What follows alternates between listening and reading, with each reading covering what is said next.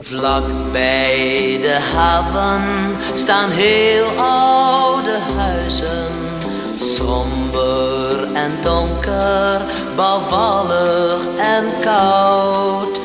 Daar woont een meisje, ze noemen haar Betsy. Zij is het meisje dat veel van me houdt. Kaal en versleten zijn Betsy haar kleren. Ondanks die kleren hoort Betsy bij mij. Thuis wil geen mens van mijn meisje iets weten. Toch gaat mijn liefde voor haar nooit voorbij. Betsy, ik hoor toch bij jou.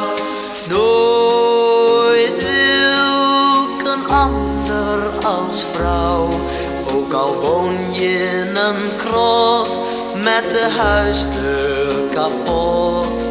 Je weet toch hoeveel ik van je hou. Iedere nacht lig ik rustloos te dromen.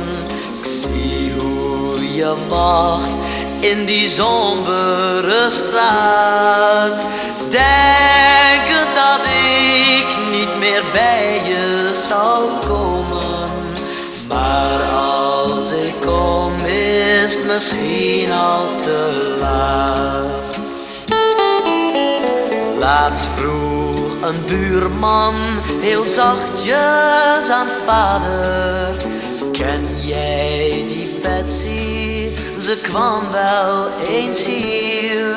Het meisje is droef aan haar einde gekomen.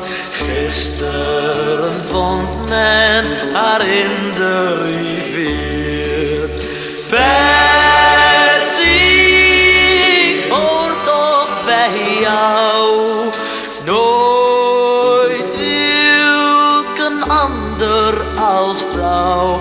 Mijn geluk is voorbij, jij bent niet meer bij mij.